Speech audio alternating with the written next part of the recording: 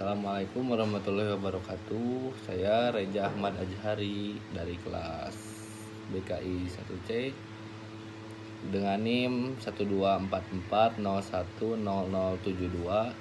Tujuan video ini dibuat untuk memenuhi ujian akhir semester mata kuliah ilmu komunikasi dengan dosen pengampu Dr. Andes Haji Cecep Suryana MSI.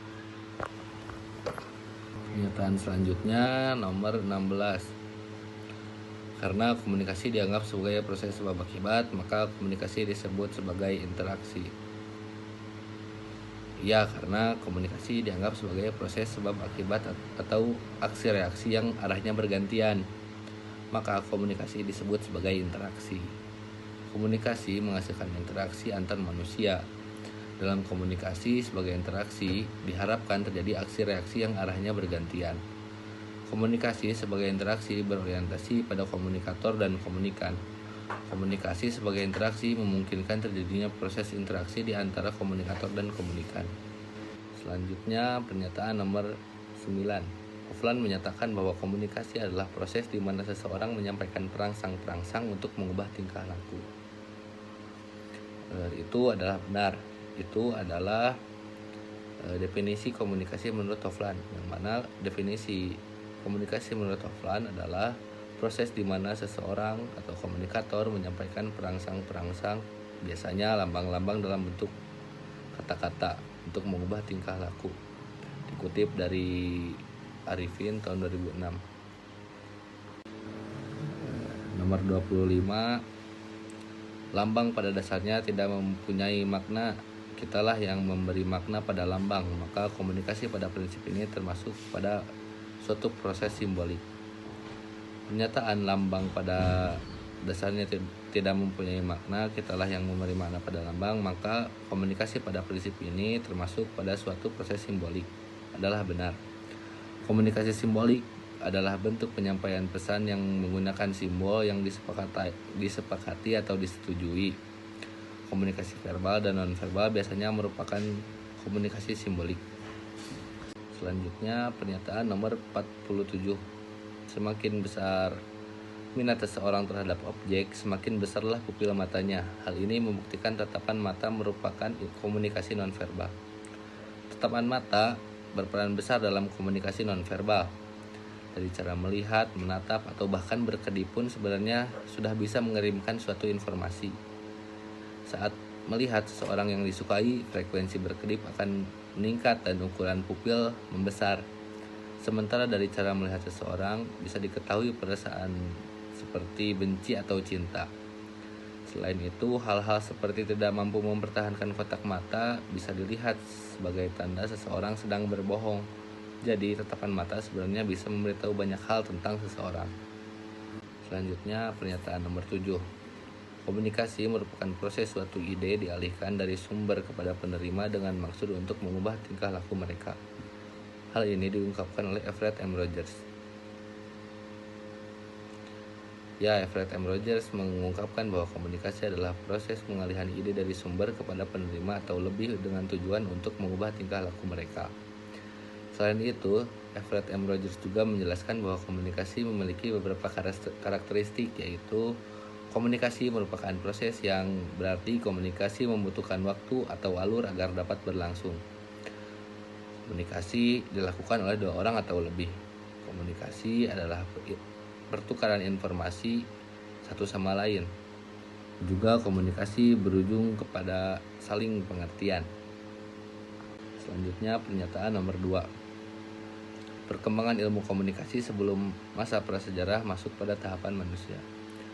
Perkembangan ilmu komunikasi sebelum masa prasejarah pada tahapan manusia adalah dengan menggunakan isyarat dan lukisan. Isyarat manusia purba berkomunikasi dengan isyarat tangan dan dengusan. Lukisan. Manusia purba membuat lukisan dinding gua dan batuan besar untuk menceritakan pengalaman berburu dan menggambarkan binatang hasil buruannya. Selain itu, manusia purba menggunakan alat-alat yang menghasilkan bunyi dan isyarat seperti genderang, trompet dari tanduk binatang, api, dan asap untuk menyampaikan pesan dari jarak jauh.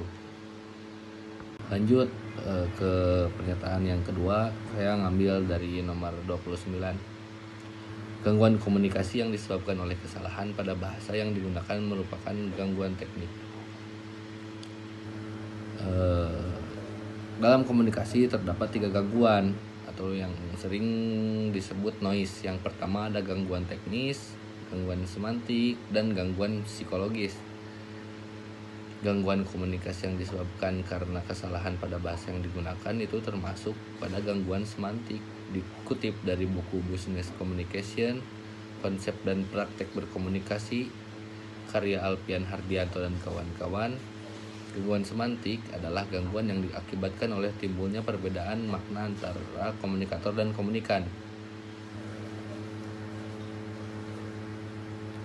Contohnya gangguan semantik dalam komunikasi yakni penggunaan bahasa dan kata yang ambigu atau rancu serta tindakan komunikan yang sudah langsung membuat kesimpulan atas pesan yang disampaikan komunikator sebelum selesai berbicara. Selanjutnya, pernyataan nomor 33. Fungsi yang berupaya memberikan interpretasi atau penafsiran informasi mengenai peristiwa yang terjadi dikenal dengan fungsi komunikasi instrumental. Itu pernyataan yang salah. Fungsi komunikasi yang berupaya memberikan interpretasi atau penafsiran informasi mengenai peristiwa yang terjadi bukan fungsi komunikasi instrumental.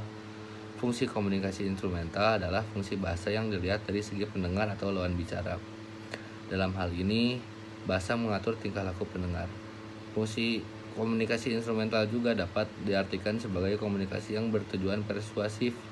Fungsi ini sering ditujukan untuk menginformasikan, mengajar, mendorong, mengubah sikap dan keyakinan, mengubah perilaku atau menggerakkan tindakan. Selanjutnya, pernyataan nomor 19. Saat perkuliahan, komunikasi yang terjadi berfungsi untuk memberikan edukasi pada mahasiswa.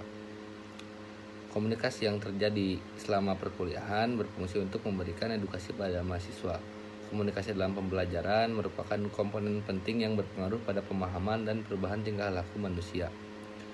Menurut Kenneth, dalam Iriantara dan Syarifudin tahun 2018, tanpa komunikasi yang baik, seorang guru tidak dapat mengajar dan mendidik dengan efektif. Untuk itu, setiap guru harus memiliki skill komunikasi yang memadai dalam mengajar untuk membangun ambience yang menarik bagi siswa.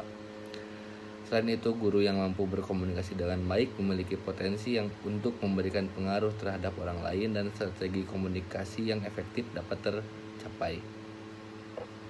Baik, langsung saja ke pernyataan yang pertama. Saya mengambil dari nomor 20. Stand up comedy merupakan bentuk komunikasi yang berfungsi untuk menghibur. Stand up comedy adalah humor yang sangat populer juga sangat digemari di Indonesia. Stand up comedy merupakan komedi yang lebih mengedepankan bahasa dan dalam penyampaiannya dan sedikit gerak tubuh untuk mempertegas bahasa yang disampaikan. Di mana dalam stand up comedy pesan adalah komponen utamanya. Ketika komika mengutarakan pesannya, maka penerima selanjutnya memaknai setiap pesannya, sehingga pada akhirnya dapat mengetahui maksud dari pesan yang disampaikan oleh penerima. Dalam komunikasi tentu terdapat komunikator, pesan, dan komunikan. Dalam stand up comedy yang berperan sebagai komunikator yaitu komika, di mana komika menyampaikan pesan kepada komunikan, yang di mana komunikan itu merupakan audiensnya dari para komika.